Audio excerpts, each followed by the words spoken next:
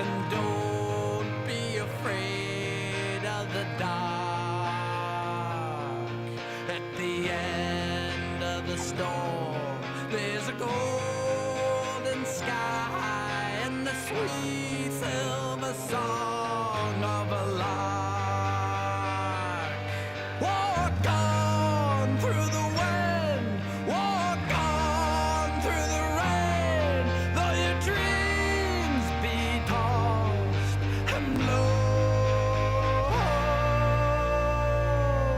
Walk on,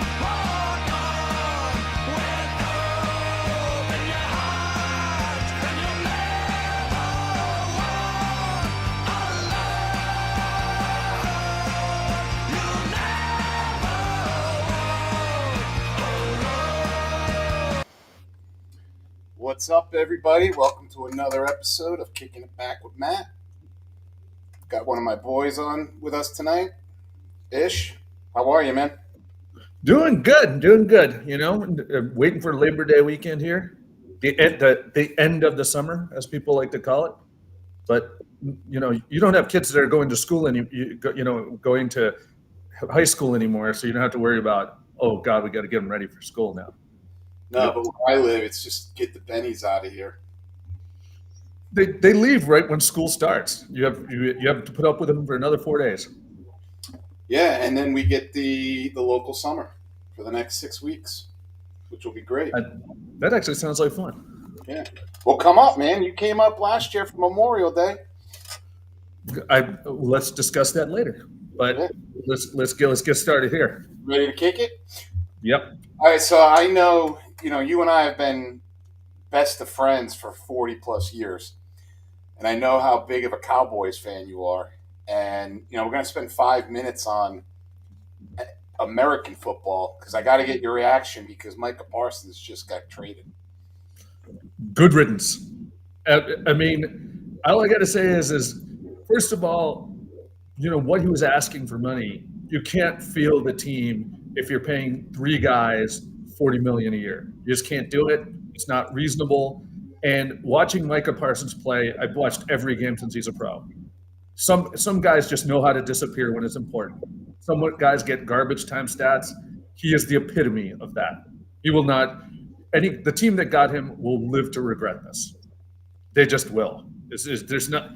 What they gave up is 2 first-round draft picks, their defensive tackle, and they're giving him 36 million guaranteed.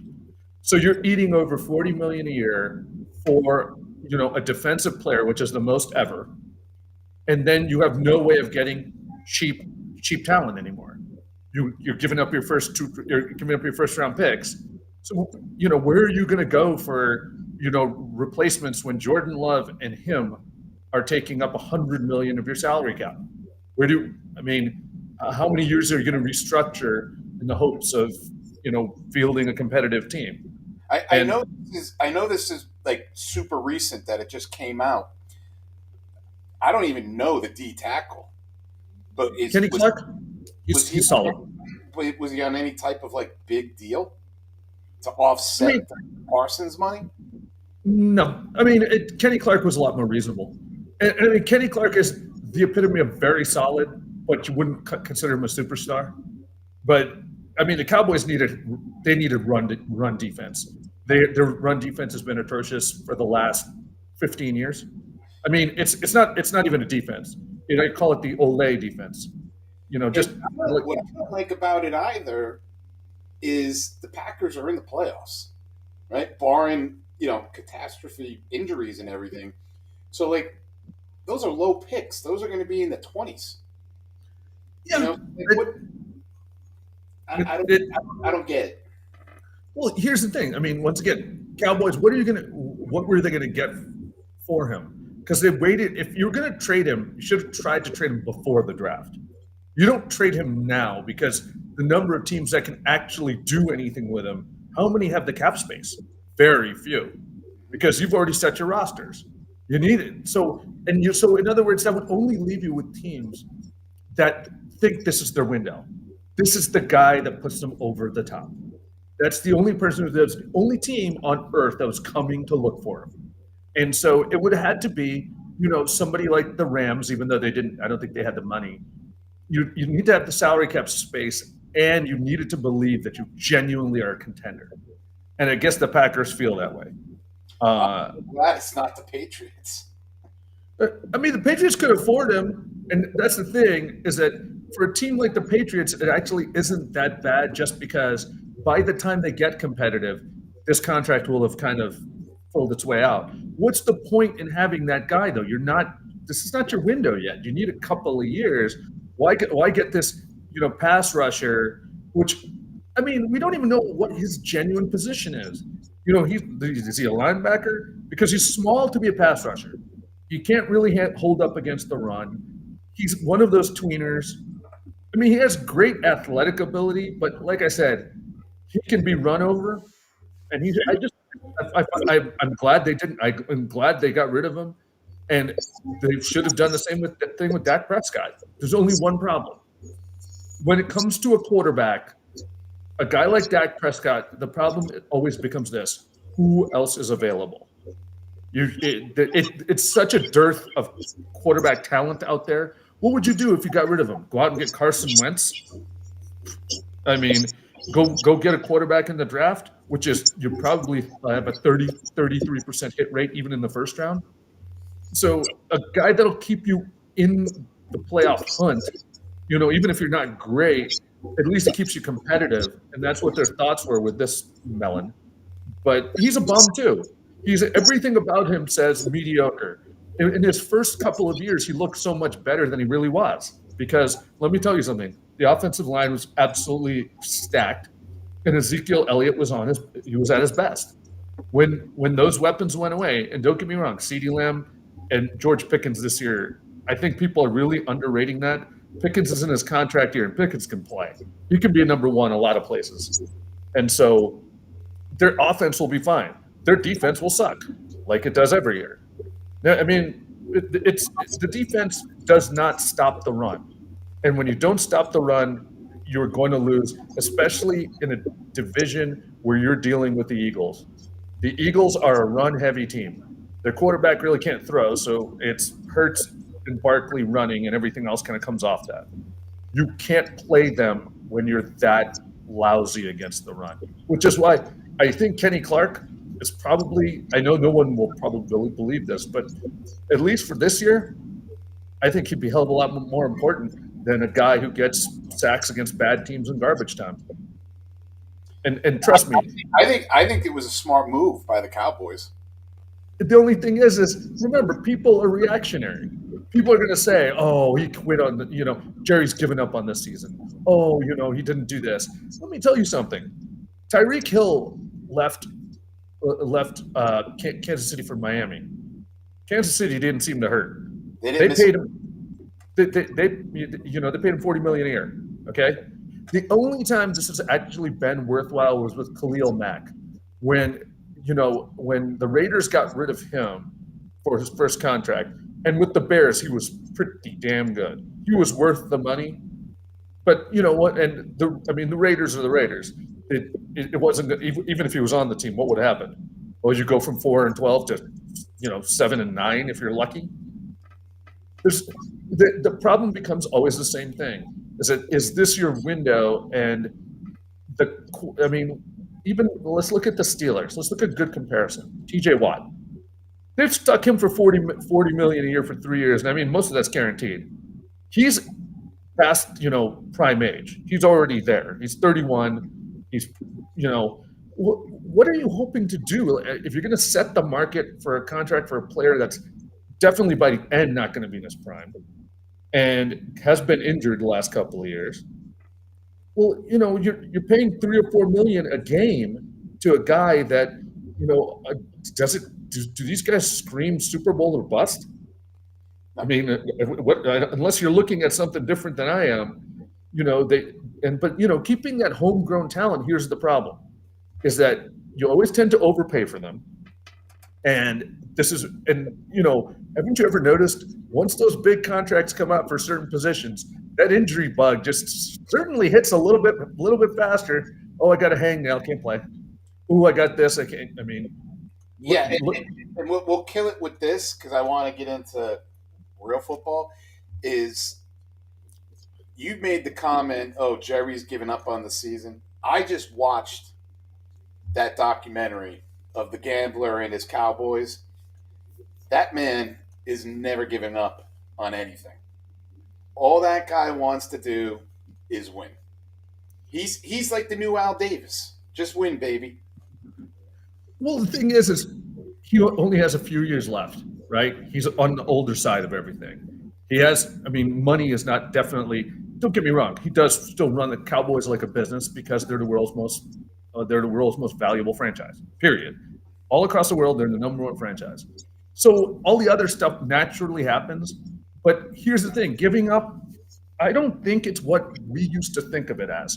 When we used to say, you got to start a rebuild. Back in the day, you go get a rookie quarterback. He'd sit on the bench for 2 or 3 years. Now your rookie quarterback comes in and plays by halfway through the season, and by year 2 or 3, he's ready to go. Like, I mean, you are not long rebuilds don't exist because long-term contracts really don't exist. What do you have? Maximum 3-4 years, and so I mean, people are just churning and churning, and having us. And remember, you're never going to see the dynasties you had before because of the salary cap. There's always going to be something squeezing you down. That okay, you can only keep so many guys, and when you and this is thoroughly understood. If you're a football player, you maximize while you got it because I'll tell you this: if you got hurt, they would leave you on the field. They wouldn't even take you back to the hotel on the bus. They'd be like, nope, done. If the end of your career, the average NFL career lasts 3 years. So you have to get your money while you can. But the problem with that becomes, yes, you get your money while you can, and you have 2 or 3 or 4 guys that you can keep, and anybody after a Super Bowl year, everyone's going to be asking. I mean, don't kid yourself. The Eagles lost a lot. You just don't notice it. They're like, oh, it's no big deal. It's the offensive line. It's the center. It's this guy, that guy. Let me tell you something. You lose enough of those guys, it looks a lot different than it did before. And so, that's where let's move on to football, where we don't really have a salary cap. There's no salary cap of any kind. So let's get off of the NFL yeah. because this is a soccer footy show. Yeah. Because I'm a Liverpool homer, we're going to start there. A couple of things. I don't know if you were able to see the game on Monday I did. against Newcastle. So, what did you think of this kid, Rio? And we're gonna play a couple of clips of this kid. I'm gonna ask you this question. Be truthful, because I'm hoping you give me the answer that I want. But what the hell were we doing at 16? Okay, let me see. At 16, I was getting drunk.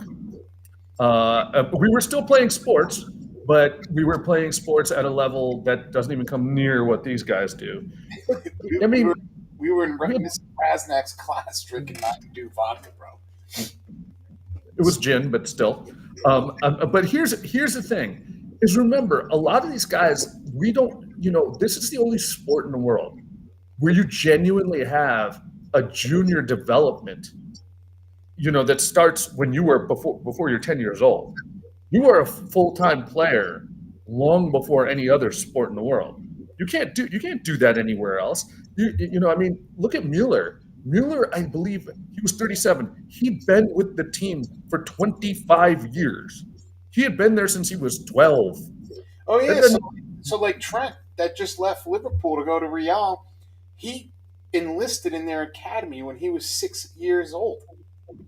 So you can't really compare that and everything else, because if you're going to start getting trained to be part of a team and they are invested in you like they are invested in this. I mean, look at Yamal. Yamal is 17 and he could be a Ballon d'Or guy. I mean, he is a Ballon d'Or. He is. But look at this kid. I want to play this clip. So this is when Rio gets his first Prem action, first touch on the ball, and what does he do? Look at this. Gets the ball. Not one guy he's going at. He's going at a second guy, nice little step over, puts the cross in. I mean, I had my buddy John on 2 weeks ago, and my other buddy Henry, and I mentioned this guy's name, and you should have saw the reaction on their faces. And the first word that John said, fearless. 16-year-old, first touch in the Prem, and boom. What does he do? I'm going at somebody. And then not only am I going to go at him, I'm going to go at him too. And to me, it just speaks volume of the confidence that he has. And just like Yamal, just like what's his name, Max, the 15-year-old from Arsenal that debuted on Sunday. I mean, these kids, they got the stones that like you would never believe. And then let me play this because this game-winning goal that he got. Step onto the stage.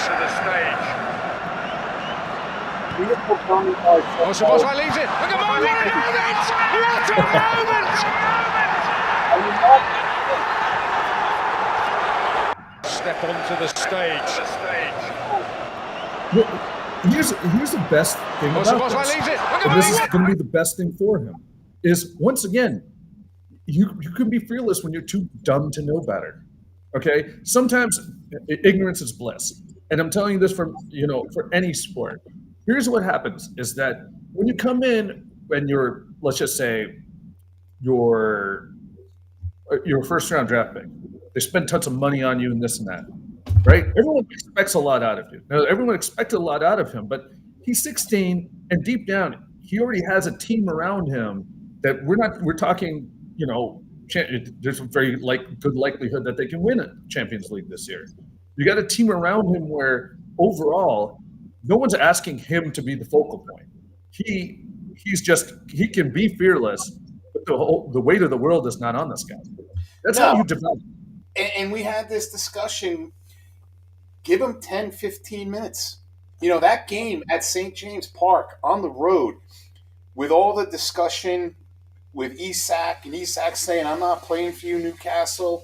You broke all your promises. I want to go to Liverpool.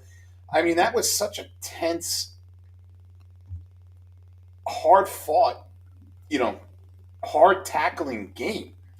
And for him to come onto the pitch with only a few minutes left and to do what he did. And the most incredible thing about that second clip that we just showed with him scoring the goal is that Soboslai, number 8, who did the dummy, in that progression was the only player on the pitch for Liverpool that did not touch the ball. So 10 of those guys all touched the ball in that ping-pong passing, but the chemistry between Sobo and Rio in that big of a moment, like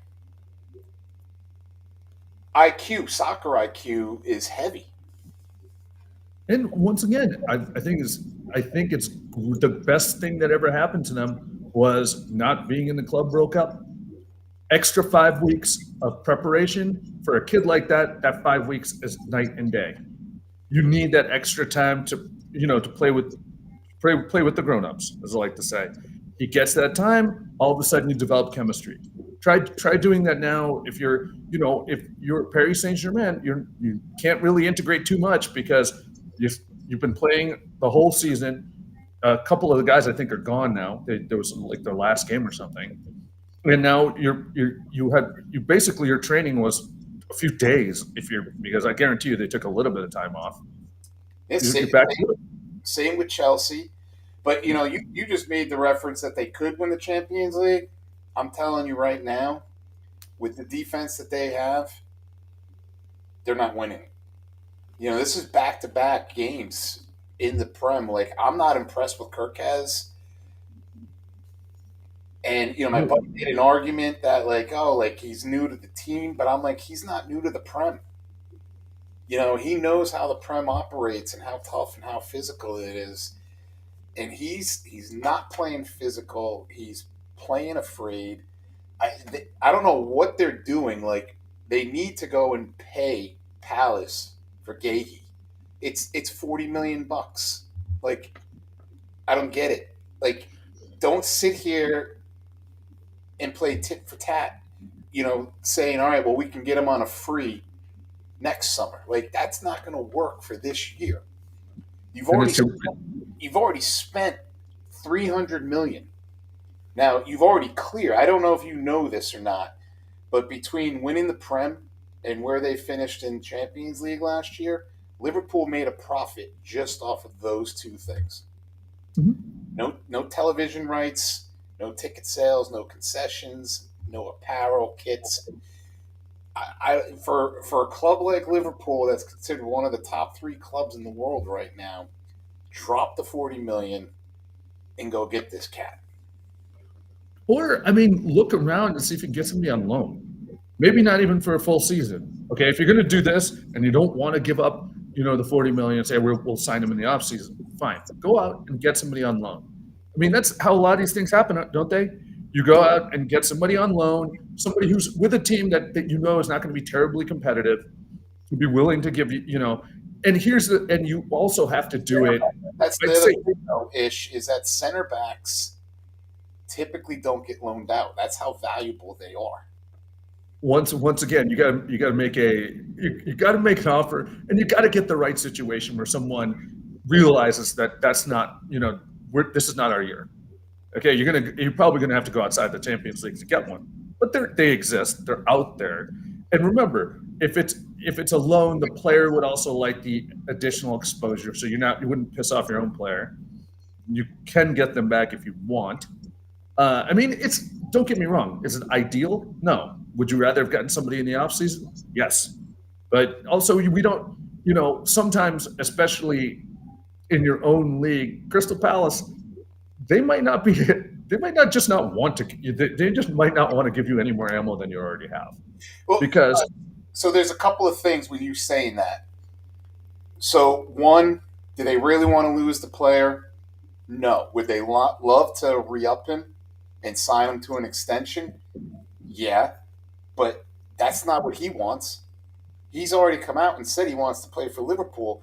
But I also think part of this, and what a lot of people are not talking about, what do we have next summer? The World Cup. Yeah. Right. So he's starting and playing every minute for Palace in just about every game. He comes to Liverpool. He's not starting. He's not starting over Virgil. That's for sure. And he's most likely not starting over Konate. So he's going to be sitting the bench. Now, am I saying that Taicho is not going to pick him to be on the 26-man squad? I highly doubt it. But he's going to want to be playing. Okay, but so as you said, if he's not going to be starting, does he want to come right now? That's what I'm saying. Everybody's talking about, Liverpool is just trying to lowball them on an offer. And they're coming in with a weak hand. Maybe it's not that. Maybe he's saying, look, like, I'm going to stay because I need to play because I got to be in the World Cup next year. Yeah, but he's already on the national team. Oh, he's already been capped, but there's no assurance that he'll be picked. It would be hard not to at this point. But I see your point. And once again, guys don't like. I don't care how your ego doesn't like sitting on a bench, especially when you know that you could imagine there being 20 teams in the Premier League, and on 19 you could start, and this is the one place you go where you can't. Nobody likes to sit on the sidelines. It's never going to be an ideal thing. And remember, that also doesn't really do favors for locker room chemistry. It's like, listen, I'm here, and you don't even want me to play. Why'd you bring me here? That'll be the first thing out of anybody's mouth. Yeah, honestly, I think he's in the same class as Konate, so I would open it up to be a competition. Konate's got a contract at the end of the year. He wants to go to Real. I don't want to sell him. I don't want to do this we buy Gahey and then turn around and sell Kanate to Madrid because it doesn't help LFC's depth, right? That doesn't make any sense. We want to strengthen from a position of strength. The way I look at it is, whenever someone wants to go to Real, they find a way to get there. It's not. I mean, they pay more than anybody else, and I mean, let's face it. Considering all the money that comes through the EPL, still more players go out of the EPL towards Real than the other way around. I mean, when Real gives up on you have 2 years before you go in MLS. They go as far as they keep you in your prime, and then when it's time for you to go, it's time for you to go. But they get those prime years out of you. Well, yeah, and let's dive into it a little bit more. Look at the players that come from Spain. Big name players that come from Spain and come to the Prem, and they do nothing. Especially the forwards and the midfielders. They can't cut it in the Prem. Like with Sergio Ramos, have done really well in the Prem, 100%. But and we're going to talk about this guy in a couple of minutes. But do you think Messi would be Messi in the Prem? He probably wouldn't make it through a full season. It's a different style. I mean, and vice versa. Guys that go from the Prem there look out like a fish out of water too. Because remember, it's also, when I notice the Spanish league, in a lot of senses, they play a prettier style. They just are. They have a lot of, especially they tend to have a lot of South Americans who believe in the beautiful game. Where, okay, listen, we don't need to roughhouse here. We kind of, we want it to look pretty while we're doing it. And that's where, guys like Messi, who are just, the talent is amazing, but man, he is a small guy. And if the refs let things go, that's, trust me, in the Premier League, they don't really have a problem being a little bit dirty. It's just how it is. Not to mention, if you think about it, especially during the season, it's also, you're playing under different conditions. It's at least 15 to 20 degrees colder at every game. In the wintertime, it's just going to lead to less scoring. It's a different sport altogether, and it's a little bit more physical as far as at least what I've seen. And so what you're gonna find is that that's where your idea of getting another guy, an EPL guy, is a much better idea. Why? Because, well, you know what you're dealing with. You're not getting, a guy could be absolutely fantastic, and then when they come here, I think that's what really helped Cristiano Ronaldo is he came to the EPL first, then went to Real Madrid. He got good at, once again, being physical, and he was just a relatively big guy too. He's one of those strikers that just physically is imposing. And at the same time, how much further can you go into the season before you can make a move? I mean, at some point you got to cut and say, we have a fail-safe line, and we're not going to try to integrate somebody, 2 months into the season. Well, we got 4 days left in the transfer window. I just saw that, Garnacho just went to Chelsea. Man U held out, got $5 million less that they were asking for, but they got 10 more than what Chelsea was willing to pay. Chelsea wanted to pay 35. They ended up paying 45. But it's, I don't know, like for me, for Liverpool, he's already bagged 3 goals in 3 games. The Community Shield in match day 1 and match day 2. Do we really need to go out and spend $150 million to get Isak? I don't think so. We have to shore up the back. We almost lost to Bournemouth match day 1, and we almost dropped 2 points to Newcastle on Monday. The defense is just bad, and it was bad at the end of last season. Yeah, thank God they had the lead that they did. But, look, it's match day 3 this weekend, and look who they got to play. Who are they playing this week? Arsenal. And Arsenal has looked pretty darn good so far. Yeah, and like I'll get your prediction on the game. I'm going to say thank God the game's at Anfield, right? But I said that when they played PSG in the second leg of Champions League last year. That was hideous. Right, and look what happened. I think Arsenal is going to run through them on Sunday because of the leaks in the back, and they're not doing anything to shore it up. And they brought in Frimpong on the right. He's out until after the international break. I just told you, like, I don't like Kirkez. Verge has lost a step. If they didn't have Allison on Monday and some of the saves that he made, they would have been in big trouble. And let's not forget, Newcastle played the entire second half a man down and banged in 2 goals. And that's the part that's just shocking. Like, I mean, there's no excuse for that.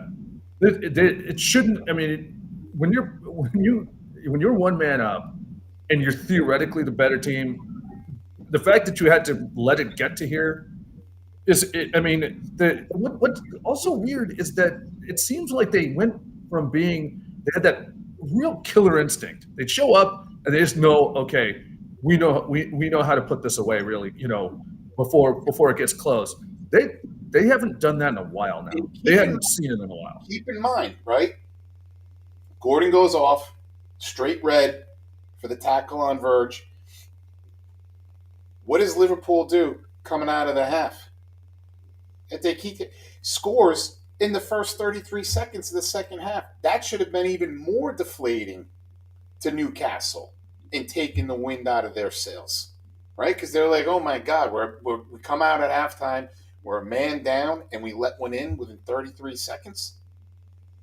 And then they turn around and they bang 2 in to tie it, and then we need this 16-year-old prodigy to put in this wonder kid goal.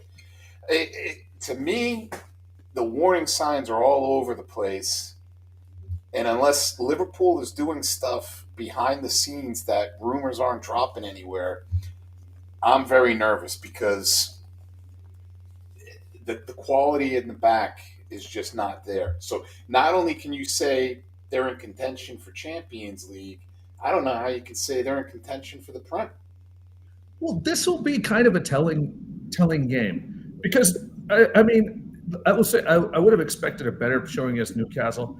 I don't think Bournemouth was, I don't think they took it as seriously as they probably should have. I will say this: Arsenal, they better get up for that game. If they don't, and it looks reasonably similar to what we've seen, then there's time to panic because, first 2 games of the year, you kind of sit there and go, okay, they're kind of getting used to this. They're, getting back in the groove. No one ever plays their best ball at the beginning of the year. They just typically don't. You're expecting in October, November is when you kind of start separating. You get away and you start noticing one team's just better than another. They're just, they just they're just more cohesive.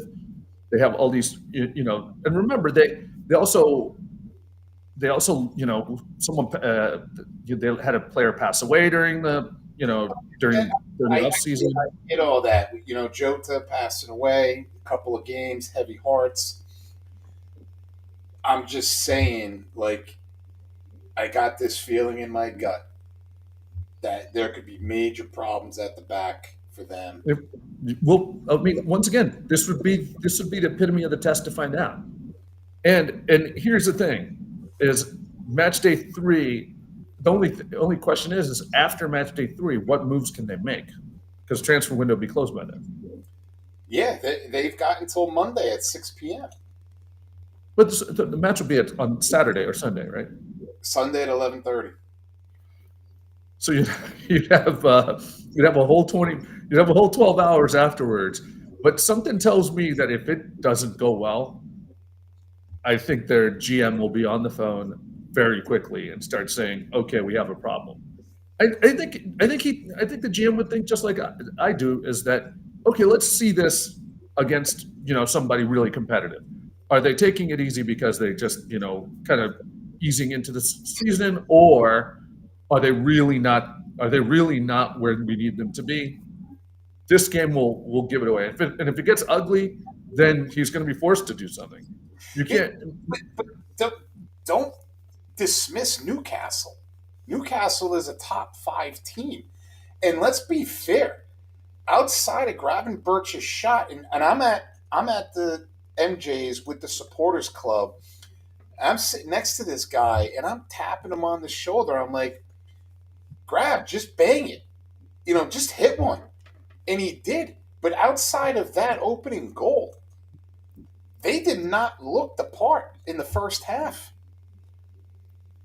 Like we just talked about, they struggled the entire second half playing a man up. And I will say that, what could also be kind of useful is, especially, on the back line, it would be nice to get some younger guys to really start contributing a little bit more. Virgil is 34 now, and there's a certain amount of time. Well, Kanate's 26. Kirkhez is like 22. Frimpong is 22. But and I get it. Connor Bradley, the deputy at the right back, just came back from injury. So he couldn't start the game because he wasn't going to be able to give you enough minutes. So they put Sobo back there. I got to tell you right now, Sobo, he's the most versatile, unheralded player on that team. He did so much for them on Monday, and he's got an engine that just doesn't quit, dude. Just does not quit. He had 2 great stuffs on the back line on Monday.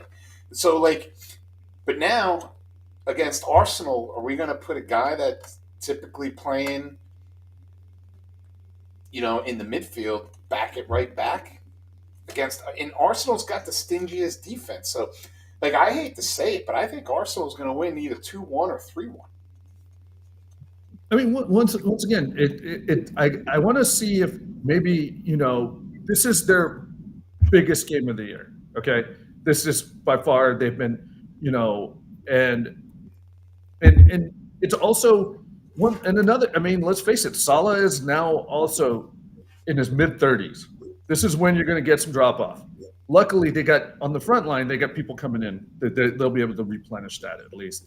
But, when your two biggest stars are in their mid-30s, now it's time to start saying, can you make up for what is going to be, I wouldn't say obviously going to be a downturn, but later in the season, I would really be concerned, or I'd be watching their minutes big time right about now.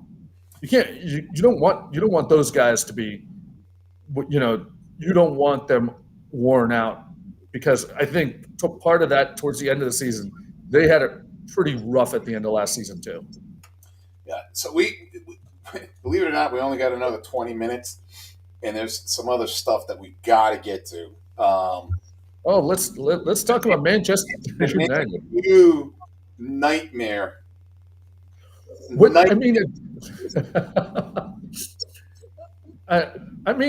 I were part of the team, I wouldn't leave my house if I lived in Manchester.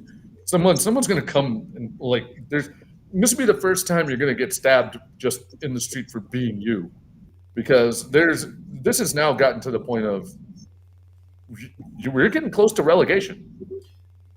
They lost to a 4th tier team. This is Man United. Since 1990, the most decorated trophy-winning club in the Prem in its current format. 4th tier. And not only that, their 3 big attacking signings from this summer that come in at over $200 million all missed PKs in the shootout. That's one thing I've noticed is that some of the greatest players ever, PKs, I don't care how I've seen 2 guys that it's always shocked me. Messi is not great at PKs. Harry Kane is awful at them. It's strange, but you can be the greatest player in the world, but penalty kicks is a completely different animal. What I've noticed is that it's just, once again, it's a mentality that's a little bit different. But I mean, losing to a fourth tier team, like how do you justify it?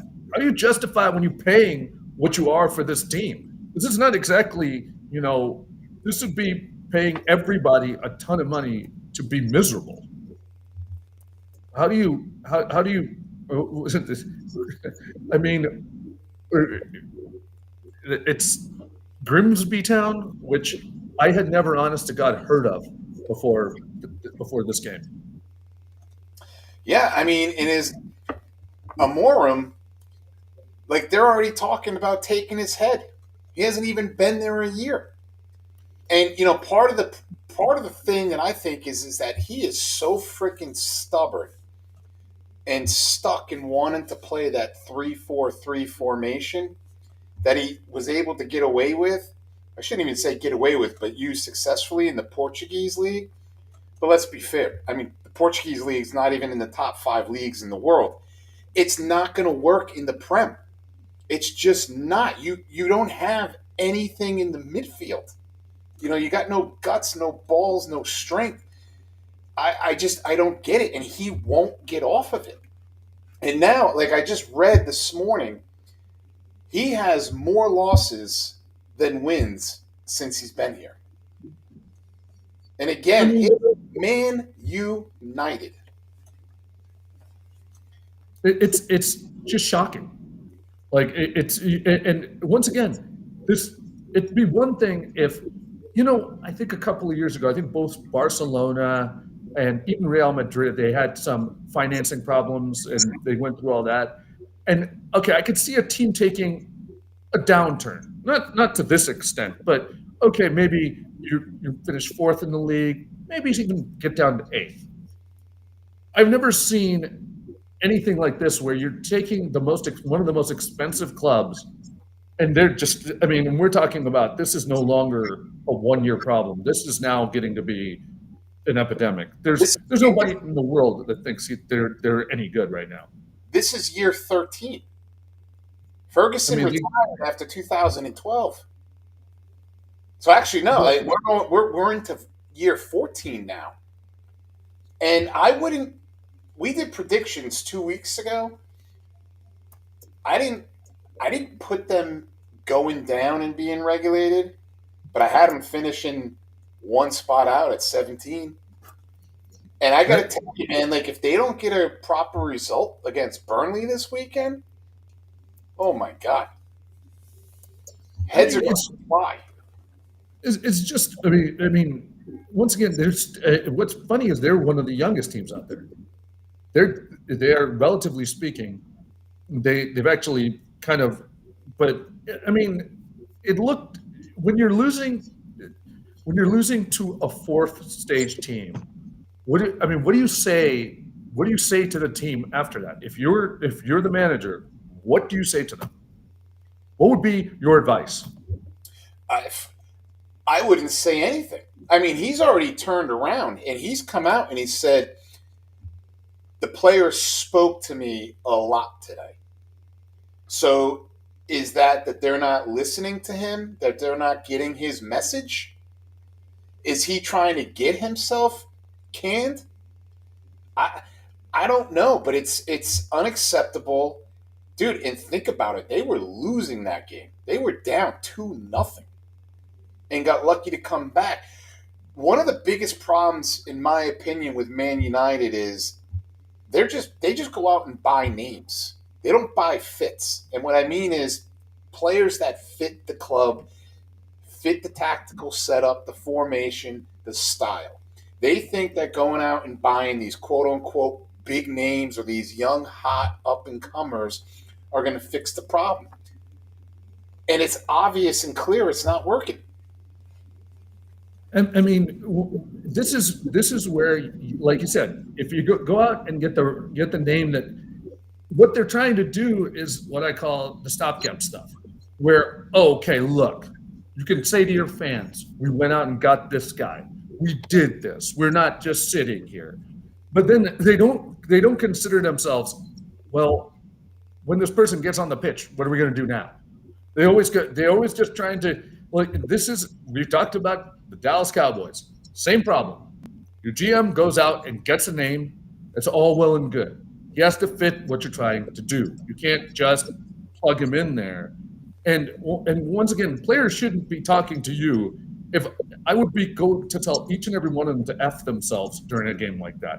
I'd be like, you guys are just gutless. Look at who you're losing to. Don't you have any pride? Because, I mean, think about it. You losing to them, I mean, if you're a Man U player, you're supposed to take that personal. Okay? You are supposed to sit there and go, why are we this pathetic? Okay? Why are we are Manchester United. There's the heritage, there's some pride with it. They just don't seem to care. They don't care if they're Manchester United. A lot of these guys, let's face it. They look like a bunch of mercenaries that, got paid and perfectly happy just to go on their day. And I got to be honest, like if I'm Bruno Fernandes, I'm taking that $35 million a year deal from Saudi. I don't know what the hell he's thinking sticking around. I think he's one of those guys. And remember, when you go to Saudi, here's your problem.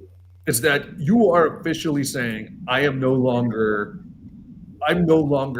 really interested in, top level stuff anymore, right? I'm pretty much done. And he's 30. He's not washed up yet. I think he wants to get a shot with another team that has a chance to win. And at least with Man U, you get seen. I mean, unfortunately, get seen doing this, but you get seen. But he's still at least reasonably close to his prime. I don't think you go to Saudi when you're about 35 and you say, okay, listen, I need the cash now. I'm not interested in Premier League title. I don't care. Let's go on our way. But you want to be part of this disaster? I don't. I'll take the $35 million. Well, once again, I think that he can still get it. I think it's still available to him. I think that's what goes through your mind. Okay, if I don't do it this year, I can always go next year. He's not getting that in any other league at that age. Well, not in any other league. Yes, from Liverpool. He went to Byron. He doubled his wages at 28 from 7 to 14 million. Yeah. And that's a long 35. No, but all I'm saying is that deal for him in Saudi will still be available next year. Oh, well, now I read this morning, he's already basically told Man U he's done after this year, and he's going to take his pick between MLS and Saudi, and I think he'll come to the MLS. I'm still curious about that as far as, okay, Messi's taking a lot less money to be here than in Saudi, at least on the surface. I'm curious as to what kind of back-end deal is involved there. Like Messi got a piece of the team. Well, I got that. Let's go there because we got to hammer some stuff out. So, Messi's out of contract at the end of the year. But once again, he's part owner of the team, and he lives in Miami. Well, he actually lives there. They're going to rename Major League Soccer Messi League Soccer, number one. Number two, there's a stand outside of every MLS stadium when he's in town selling all of his jerseys and kits, and he's getting like 25% of that. He's getting like 25% of every season passed by on Apple TV. So, he's got a $12 million a year salary, but, he's probably getting another 10 to 15 from all these other back channel deals. And dude, I haven't even really got to talk to you, but I got to see Messi last month in person play. And? Well, here's the cake. I had media credentials. I was on the field. And what'd you think? That he really is that good. And I will say it here and now. And I've seen a lot of soccer talent through the years. So have you. He's the GOAT. The way he makes it be so easy, So I went to the Red Bulls game against him. I think it was like July 19th, whatever. 2 goals, 2 assists. And I got to tell you, dude, when he scored that first goal, the entire stadium erupted. I would say that 80% of the fans in the crowd were all wearing either Inter, Barcelona, or Argentina. And what's and hold on, and what's also crazy is we might see something monumental next week for people that care about national teams. It very well could be his last home World Cup qualifier. I still don't know why he's playing in this upcoming World Cup. Part of me is kind of, go out on top. He won it last time. Just kind of, I don't honest to God see, because I don't really think, Argentina is ranked pretty highly, but I don't think by any stretch they're considered the favorites for this. Who is consensus the favorite right now? I would say it has to be Spain, number 1, France, number 2. And how are the Brazilians right now? Usually World Cup, because but they've got Ancelotti now, which can be massive. But he's like, he just left Neymar out of the qualifiers. So I noticed that one. Yeah, like they're transitioning, but Messi too. Like last night, 2 goals for them to win the semifinals of the Leagues Cup to get to the final. This guy is just like, Father Time can't get to him. And he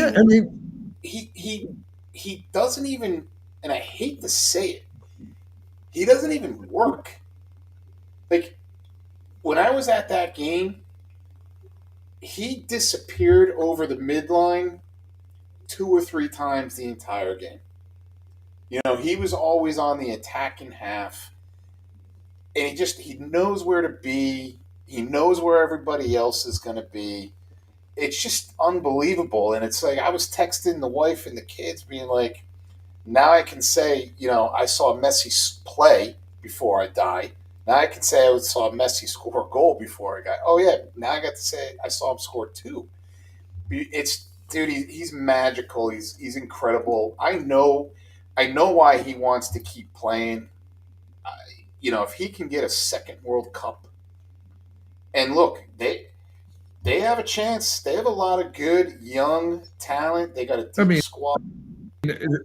It would, once again, that second World Cup, the one thing Pele has. Ish, you just froze. You're there, buddy? I will say, right here. That's where I'm right here. You got me back? Okay. Yep. So that's where Pele has, like, the greatest of all time thing. He won 3. That's where he just set himself apart. He won 3, and if Messi were to get 2, that's the guy he's competing with. There's nobody else. Who else on earth would it be?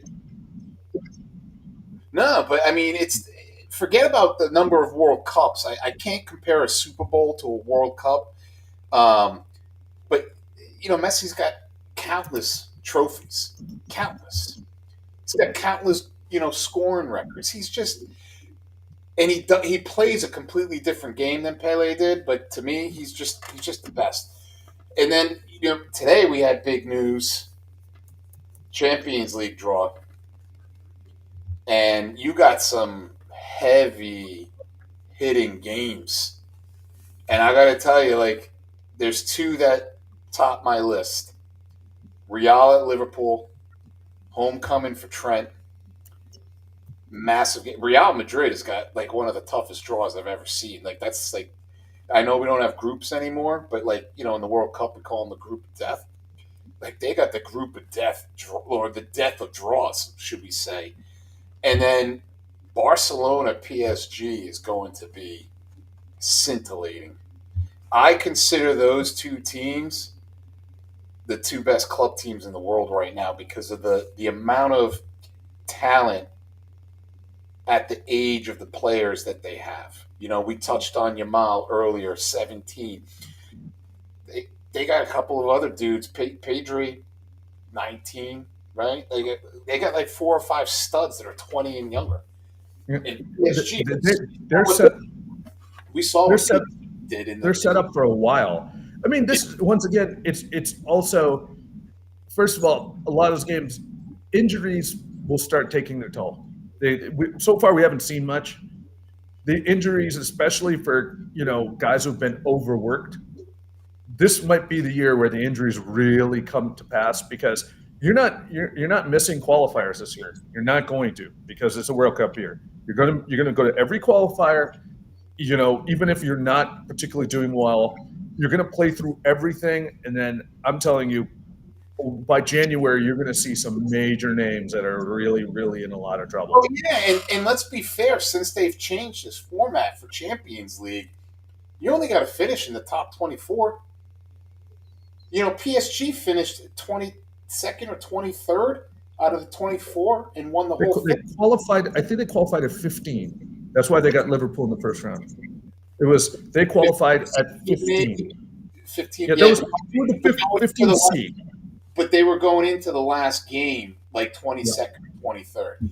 But you get my point. Like, you don't have to finish top 2 in your group to move on anymore. You've got to just finish in that top 24. So it's really, you just navigate those 8 games. But you also wouldn't mind just finishing in the top 8 and taking out the risk. You want to finish in that top 8. You're moving on. At some point, you got to play the big boys, and they're all 2-leg, setups. So it's like, I don't know. Like, to me, maybe Real did the same thing. They limped in, right? They finished dead last in 24th. What you need is to have this is going to be really important later in the season. You need to have a lead in your league, so that you can kind of hold back a little bit while for these games. You gotta plan well. When I say by plan well, make sure your guys, and especially like in those weeks leading up to a Champions League match, you got to slow it down. You got to, and you really got to give them time off against, I would say, in those matches that you think you should win relatively easily. I mean, this is the year where I could see just a lot of teams saying, "Listen, we don't need to play everybody every day. Let's kind of dial it back." Because I'm sorry, the number of games, the number of qualifiers, the number of UEFA games. Some of those top tier teams. Also, all your domestic cup competitions, and then let's not forget about this. We're talking World Cup next year, but you also know what happens in January and February next year, African Nations Cup. Jesus, so, how much crap can you put into? These guys are going to end up playing 70 or 80 games in a year? Right. My point is Mo, at 33 years old, he's from Egypt. He's going to be leaving Liverpool for a month. Where they're going to have, big time games, and they're going to miss them. There's going to be plenty of other teams that miss, some of these big names because they've got to go to the African nations. Why on earth would they do this during the season? Like, I just don't get it. They do it every 2 years. Yeah, I know, but I'm just saying that deep down, this. I will say this: if it's all things being equal, if there's a guy who would have to take off on my team, you know what? I'll take the European guy just because I don't. First of all, it's not just him leaving and not having his services. There's a chance of you getting injured while you're not playing for me. Okay, and I pay your salary. These guys pay you nothing. Yeah, and I'm always. And Liverpool is paying Mo to the tune of $400K a week. Man, that ain't chump change. And once again, like you said, he's late in the career. He's now at the point of where you have to watch his minutes because and now too, factor in that the World Cup has jumped from 32 to 48 teams. That gives 16 other countries an opportunity to get there that never would have before. So how hard do you think that they're going in qualifiers? They're going full bore because they want to get to a World Cup. All I'm going to say is this is now once again they've really done this to the point of there's no off season period, especially not this year. No off season. You're having way too many competitions, and this is going to start shortening careers because there's just cannot be playing with. And put it this way, none of your good players should ever play in a friendly anymore, ever.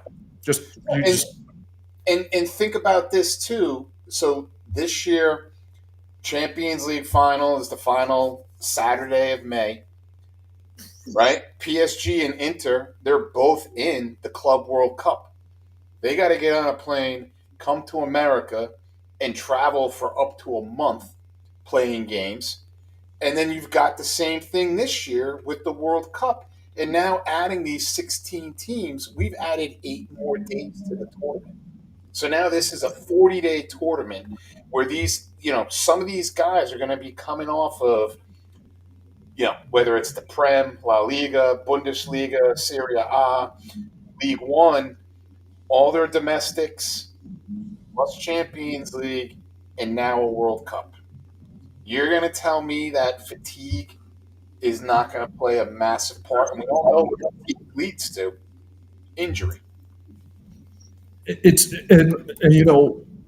once again, if you're the manager of Liverpool, you can't really say, okay, well, I'm going to save you. I'm going to save you for your World Cup stuff. Sorry, that's not your job. Your job is to take care of Premier League, and and once again, what do you?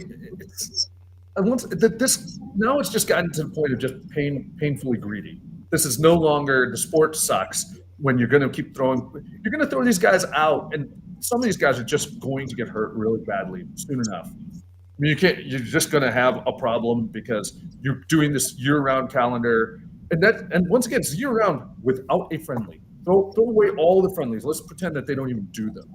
They're still going year-round, and you don't think that some of the players are going to hold back in a World Cup year when you're playing, in the UEFA Champions League playoffs? They might just say, hey, I could use some time off. I don't think they would toss a game per se, but I could see, once again, especially the older players, there's what we call wear and tear. That's the one good part, though, is, first of all, how is the World Cup going to work with the MLS season? Because it kind of is in the middle of it. Yeah. What do they do? That's a damn good question. Those teams, just like with the African Nations Cup, they'll lose those players. So, like Josh Sargent just left Europe to go to Colorado. He'll miss, 2-3 weeks, depending on how the U.S. does, of Colorado's season. Once again, if I'm a team owner, I'd just be furious. I just wouldn't put up with it. I'd say, okay, I've always said, playing in the Olympics, first of all, no one cares who wins. No one ever has. It's meaningless compared to a World Cup. Nobody cares. Why are you going to go to a competition where you can hurt yourself for something that doesn't matter? Club World Cup, great. I'm sure they pay you good money to win it. Outside of that, there's nothing in it for you. No one will remember you as the Club World Cup guy. So, some of this is going to start getting put into contracts. You can't do this or can't do that, because I'm not giving you top dollar for you to go play somewhere else. They're going to have to, because, as these salaries and these wages keep escalating, you think the owners in the NFL would ever allow their players? They got rid of the Pro Bowl. They got rid of it. We can't. Now it's a skills competition. You cannot play in a game where you might potentially get hurt. Look at the World Baseball Classic. Imagine you have like Paul Skeens on the mound, and he blows out his elbow. Like, how are the Pirates feeling? Or, the next team that he's going to play for, that's just going to back up the Brinks truck. it's the same thing. Like, I would lose my mind if I've invested Otani $700 million in, if I'm the Dodgers, and he goes to that thing, the WBC, and blows out his arm or I tears mean, up. I mean, his case is unique, but I mean, once again, I'm sorry, this is your day job. Yeah, I don't care what you want to do. I mean, basketball, the Olympics. Sorry, you shouldn't be playing. Okay, I paid $50 million. No one, and on top of that, at the Olympics, it's not like it's really that close. No one thinks that much of you for winning a gold. Well, I won a gold medal. Who gives a shit? No one ever has. You got 15 of the world's best players on one team. What's going to happen? Oh, wow, you won. I mean, the fact that anyone even notices, which I think they do for about 2 weeks, and then they don't care. Well, why are you playing in the off season? You shouldn't be. You have a genuine duty to your team, and this is just. I mean, it's getting out of hand. It's no longer. I mean, when you're rooting for your team to be out of certain things, that's not a good start. Okay, if you're playing the FA Cup this year, lose your first game to the lousiest team you can get a hold of. Don't even. I mean, if you're anybody in the top 4 or even the top 8, no, just go. I swear to God, kick it in your own goal for 4 or 5. I mean, I would love to see Liverpool lose. I think they start up in the next round, which is the 4th round. Love to see them lose in that, and I'd love to see them lose in the Carabao Cup, because those 2 competitions, at the end of the day, for me, I don't care about. I want Prem, and I want Champions League. And once again, if you're on a World Cup team, you're going to go. I mean, that's the biggest thing for these guys. If you're going to do all that, okay, you know what? You really shouldn't be doing all the other crap on the side. You shouldn't. It's not. And remember, you're also a human being. This would be 2 years in a row doing all that, literally with no time off. You're doing a 2-year cycle now with 0 time off. I mean, there's just something catastrophic is going to happen. It's just a matter of time. Somebody's going to. And real quick before we go, and I'm just thinking of it now. The next Olympics is 28, right? Yeah. Yeah, that falls on the same schedule as the Euros.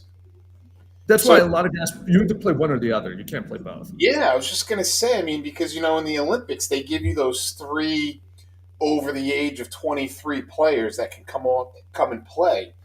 But you're going to tell me that they're going to go from their, domestic season into the Euros, into the Olympics? I mean, that's just... Typically speaking, you play one or the other. You can't do both. Like, you just physically can't. It wouldn't work, because it was one thing when the Olympics were in Paris. It's another thing when the Olympics are the Olympics will be in the U.S. this time. Even the training would be a hassle. I think it's you choose one or the other. You can't do both. Like, it's just physically not possible. But like I said, I'm at the point of saying this. This was an off year. This was 25, and there was no time off.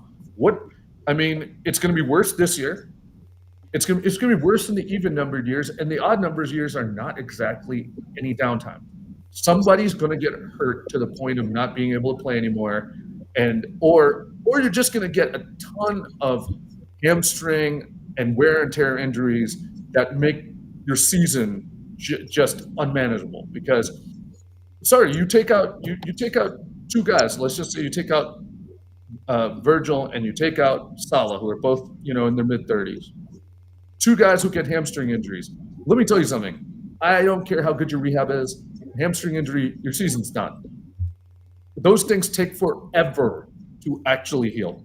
You can get out there, but you are, first of all, you're paranoid. But number 2, the hamstring is the one thing, and this probably affects footballers the most. A hamstring is one of those that just requires you do nothing.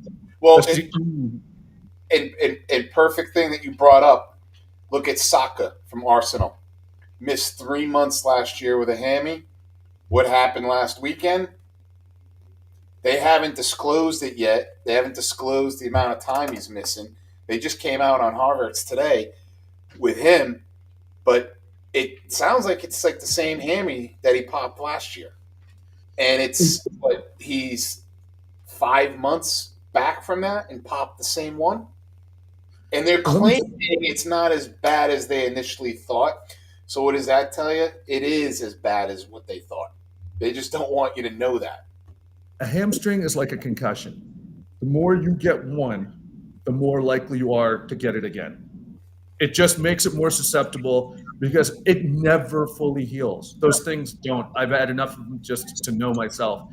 A hamstring, and especially trying to heal it during the season, absolutely not happening.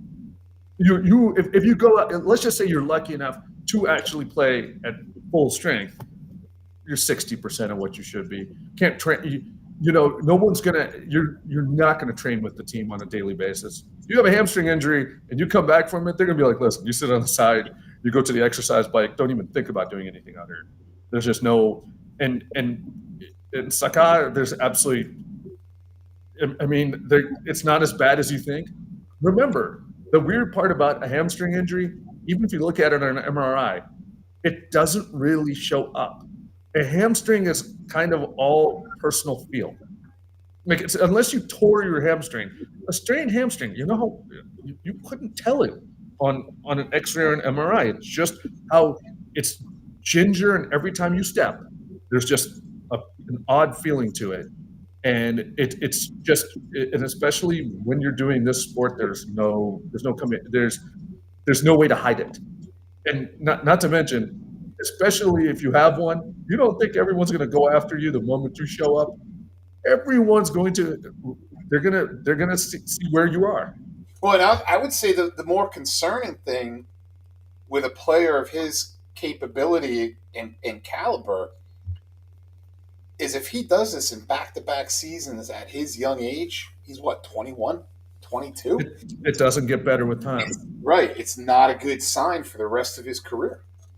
Well, that's the thing, is that he's going to try to go for a big contract, and everyone's going to know that he is, once again, it's like a concussion.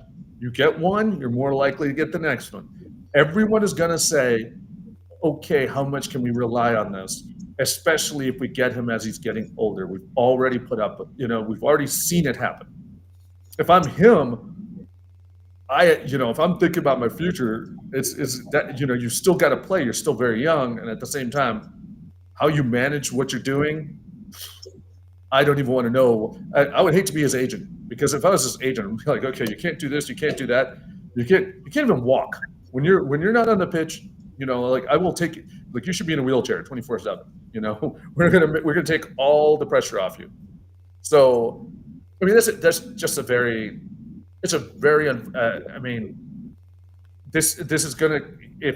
gonna continue to happen if you're gonna keep overworking these guys, or you're gonna have to skip training to some degree, which is gonna really lower the quality of play. So I'm just reading real quick, and then we got to jump. I mean, this could be good news for Liverpool. Good news for me is this kid from VfB Stuttgart, Nick Woltmade, is set to join Newcastle. He plays what position? Center back? Nope, the number 9. So that would tell me they'll buy him and sell Isak to Liverpool and set the world record for a signing of £150 million. Damn. Okay. Speaking of that, that's how transfers work. You got to replace them with somebody, and you do it. They won't sell until they replace. You're smart to do it ahead of time. Yep. Yeah. No, that makes good sense. Makes very good sense. But once again, I want to see how this plays out. You'll know in about 4 days. It's not much left. They have 4 days to figure this out. So all the big moves. I mean, by the time when you go to sleep and you wake up, I guarantee you there'll be half a dozen moves that happen every day while you're sleeping. Dude, and we touched on this last week, Henry and me, my guest last week, that that the Prem had already set their summer transfer spending record. They already broke it over a week ago. And the other 4 big leagues, their total spend for this transfer window is half of what just the Prem did. And all the big moves in the next 4 days, guess what? They're all happening in the Prem. So, like, no, I don't want to hear, as much as I love La Liga, League One, Bundesliga, and Serie A, they can't hold a candle to the Prem. Well, if you just looked at their TV contract worldwide, the EPL, because every other league is very top-heavy. You get maximum 3 or 4 teams that anyone really even follows. And if you're looking at the French league, it's 2, maybe 3 in a good year. You know, I mean, let's not kid ourselves. Even the German league, which is better, it's at least a little bit more balanced. But overall, Bayern and Borussia are the 2, you know, and then you'll throw in one other team that, you know, kind of pokes in every now and again. The Dutch league is one team. Right. La Liga's got Barcelona, Real, Atletico, and then throw in one other rando. And Serie A, you know, AC Milan's not what they once were, but you got Inter, you got Napoli, you got Juve. You know, they've got 4 decent to good squads. But in the Prem now, you can argue there's 8 to 9 teams that can finish top 4 every year. Greatest thing that ever happened for the Prem, ever, is Leicester City winning it one year. It gave people reason to watch all the time. You don't just watch the matches you want to watch. That Leicester City championship completely changed. I mean, the strangest part is for all the other teams with all their worldwide recognition, nobody missed Leicester City winning it all because it was such a shock. And now you say it can happen. And where's Leicester City now? Relegated to the championship. And that's why so we'll end it on this. Wrexham's fairy tale is over. That result against Sheffield the other day, Sheffield can't even pay their bills, never mind pay their players. You know, that team is about to go into some type of financial overtake. Conservatorship. Yeah, and Wrexham goes out and blows a lead and ties them. You know, Rob and Ryan got to forget about what's-her-face's club down in South America and put the focus back. And they just dropped, you know, last week and the week before, they dropped $15 million on 2 players. You know that Tom Brady bought him and a group bought another club, Birmingham. Yeah. So once again, now this is what I call, you know, how they used to think of these teams, all these teams for guys like Paul Allen, who was the guy who started Microsoft with Bill Gates. He bought the Portland Trailblazers, he bought Seattle Seahawks. For him, these were little toys. Okay, to him, to his wealth, it didn't matter, especially at the time it was so cheap for him. Let me explain where they're going with that. Is now these guys are doing it just on a smaller level, because buying a second or third tier team, okay, it doesn't cost you as much, and on top of that, you think that your celebrity value can help out, give them enough pub and enough publicity that, okay, they get more spending and they get more publicity so that they can kind of improve the club. And the big goal is just to get it to the Premier League. That's just their big goal, to do it once. And they're going to try to do this just because. You want to know why? People get bored. You know, they just want and these guys were at least the originals. But once people saw them do it, well, we can run a team now, because we saw 2 guys who really didn't know much. They ran a team. Why can't we do it? And the city and the people will love us. You got J.J. Watt at Burnley. The dude that plays Creed, he's got a minority stake in a club. Ed Sheeran bought into his hometown team of Ipswich. You've got LeBron is a 6% owner in Liverpool. Well, The yeah, Fenway Sports Group owns Liverpool. They own But the they- Red Sox. They own the Penguins. but they run a business. They know how to run a sports franchise. LeBron isn't trying to do it, or LeJerk is not trying to do it himself. On the other hand, these guys are they're coming out of nowhere and they're trying to do it. And I played sports before. Let me tell you something. This is a very different animal. You can't just say, I played sports, so I know how to run a sports franchise. The world does not work that way.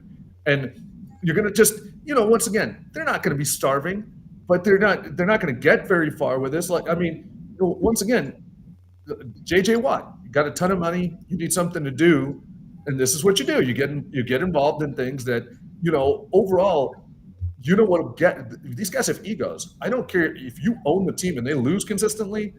That doesn't go over well. You don't want to feel. Nobody wants to feel like a loser just to prove a point.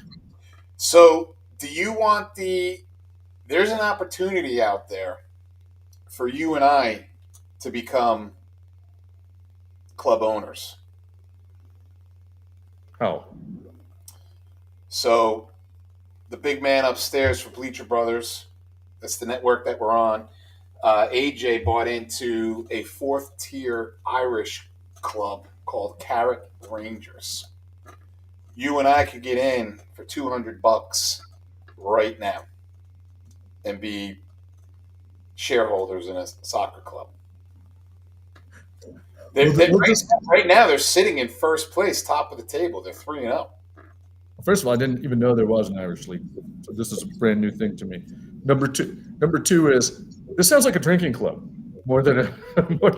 If you go and watch highlights of these guys, it looks like they're taking water breaks, but they're doing kickstands. I mean, that's my kind of team. I'm not going to lie. This is my kind of team. But once again, we'll talk about. Let's talk about that over the weekend. Any which way, my phone is blowing up because I've got a lot of Micah Parsons texts to return.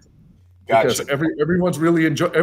I don't know if the word's enjoying it, but they're kind of amazed that it went from where it was to what is now, and and at the same time, I'm as a Cowboys fan, I'm the happiest guy in the world about this, and everyone's going to look at me as in why do you hate him so much? I go just because he is overrated beyond belief.